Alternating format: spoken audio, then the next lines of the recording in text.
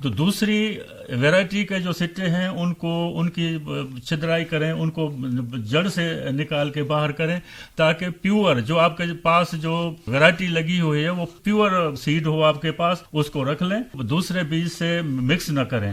وہی بیج جو ہے آپ الگ سے اس کو نکال کے اپنے پاس محفوظ کریں تاکہ آئندہ سال جو آپ گندم لگائیں تو آپ کے پاس اپنا بیج ہو اور بونے کے لیے کوئی پریشانی نہیں ہو، کیونکہ اس سال لوگوں کا بارش کی وجہ سے بہت نقصان ہوا تھا، جو بیج رکھا بھی ہوا تھا تو بارش کی وجہ سے ان کا بہت نقصان ہوا ہے۔ تو میں ان کو سجیسٹ کروں گا تو اس کو کھانے والے بیج سے الگ رکھیں اور اس کو اچھی طرح سے نکالنے کے بعد جو ہے اس کو اچھی طرح سے دھوپ میں سکھائیں، وہ اس کا بیج سخت ہو جائے تو اس کے بعد جو ہے نیم کے پتے ہیں یا تمباکو ہے، حکے والا تمباکو ہے تو اور نمک ہے، ان تینوں چیزوں کو ملا کے بیج کے ساتھ اگر رکھیں گے تو انشاءاللہ وہ کوئی بھی جو ہے انسیکٹ ہے یا پیسٹ ہے، نقصان والے حشرات ہیں، اس کو نقصان نہیں پہنچائیں گے، آئندہ کے لیے ان کے کام آ جائے گا۔ اچھا، یہ جو فلڈ وغیرہ آتا ہے تو اس میں جیسے آپ نے بتایا کہ بیج کا کافی نقصان ہوا اور ہمارے گندم کا بھی کافی نقصان ہوا، کھیتوں میں پانی آ گیا، گھروں میں پانی آ گیا، تو اس حوالے سے آپ کیا کہیں گے کہ آج کل جو محفوظ کرنے کے لیے جو ہے نا، ہم سندھی میں گندی کرتے ہیں، وہ جو کنٹینر جو ہوتا ہے وہ لوہے کا بنا ہوتا ہے، اس کو جو ہے نا اوپر جو اپنا جو گھر ہے اس کا تو اوپر کی جگہ رکھیں اور ان پلاسٹک سے ان کو ڈھک دیں تو اس سے وہ جو ہے نا بارش سے وہ تو بچ ہی جائے گا، تو وہ استعمال کریں اس طریقے سے۔ یہ نہیں کہ تھوڑا خرچہ آئے گا لیکن یہ کہ ہمارا بیج جو ہے یا اگر ہم گندم بھی رکھتے ہیں تو وہ بھی بچ جائے گی۔ ہاں جی، اب بچ جائے بالکل۔ زراعت کی ترقی اور حکومتی اقدامات کے بارے میں آج کا ہمارا یہ مذاکرہ تھا، اور میں مشکور ہوں جناب ڈاکٹر اسلام الدین بجدانو صاحب کا اور محمد قاسم میمن صاحب کا۔ اپنے میزبان محمد خان جروار اور پروڈیوسر خالد حسین کو اجازت دیں۔ یہ پیشکش تھی ریڈیو پاکستان حیدرآباد کی۔